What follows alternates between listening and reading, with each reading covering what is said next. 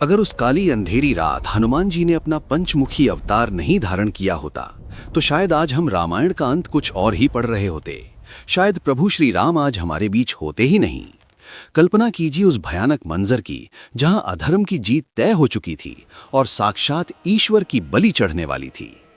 ब्रह्मांड के सबसे शक्तिशाली वानर को एक साथ 5 मुख क्यों धारण करने पड़े, और पाताल लोक का वो कौन सा खौफनाक तिलिस्म था जिसे तोड़ना स्वयं देवताओं के लिए भी असंभव था।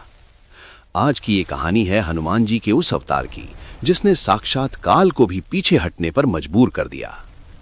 लंका का महासंग्राम अपने सबसे निर्णायक और डरावने मोड़ पर पहुंच चुका था। जब रावण की हर चाल नाकाम हो गई तो उसने अपनी आखिरी उम्मीद जगाई, पाताल लोक का मायावी सम्राट अहिरावण। अहिरावण तंत्र मंत्र और काले जादू का वो खूंखार ज्ञाता था जिसने अपनी शक्तियों से पूरी वानर सेना को गहरी निद्रा में सुला दिया। फिर जो हुआ उसने पूरे ब्रह्मांड को हिलाकर रख दिया। रातों रात उसने श्री राम और लक्ष्मण का अपहरण कर लिया और उन्हें पाताल लोक की उन गहराइयों में ले गया जहां सूरज की एक किरण भी नहीं पहुंच पाती थी। उसका इरादा रूह कांप देने वाला था।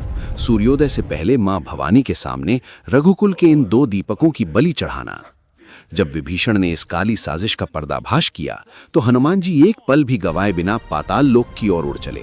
वहां पहुंचकर जो दृश्य उन्होंने देखा वो किसी बुरे सपने से भी बदतर था। श्री राम और लक्ष्मण लोहे की बेड़ियों में जकड़े हुए थे। उनके चारों ओर 5 अलग अलग दिशाओं में 5 दीपक जल रहे थे। अहिरावण अहंकारी और राक्षसी हंसी के साथ गरजा, हनुमान, ये 5 दीपक मेरी जान है। जब तक ये 5 एक साथ नहीं बुझेंगे काल भी मेरा कुछ नहीं बिगाड़ सकता और दुनिया का कोई भी प्राणी एक साथ 5 अलग अलग दिशाओं में फूंक नहीं मार सकता। वही वो पल था जब हनुमान जी ने अपना सबसे अद्भुत और विराट पंचमुखी रूप धारण कर लिया। पूर्व दिशा में वानर मुख, दक्षिण में नरसिंह मुख, पश्चिम में गरुण मुख, उत्तर में वराह मुख और आकाश की ओर हयग्रीव मुख। हनुमान जी के इस दिव्य स्वरूप ने जैसे पूरे पाताल लोक को अपनी मुट्ठी में ले लिया। उन्होंने अपनी 5 मुखों से ऐसी प्रचंड वायु छोड़ी कि एक ही क्षण में वो 5 दीपक बुझ गए। अहिरावण की सारी शक्ति ताश के पत्तों की तरह ढह गई। हनुमान जी ने क्षण भर में उस अधर्मी राक्षस का अंत कर दिया। यही कारण है कि पंचमुखी हनुमान जी को हर दिशा से अपने भक्तों पर आने वाली मुसीबतों को सोख लेने वाला दिव्य रक्षक माना जाता है।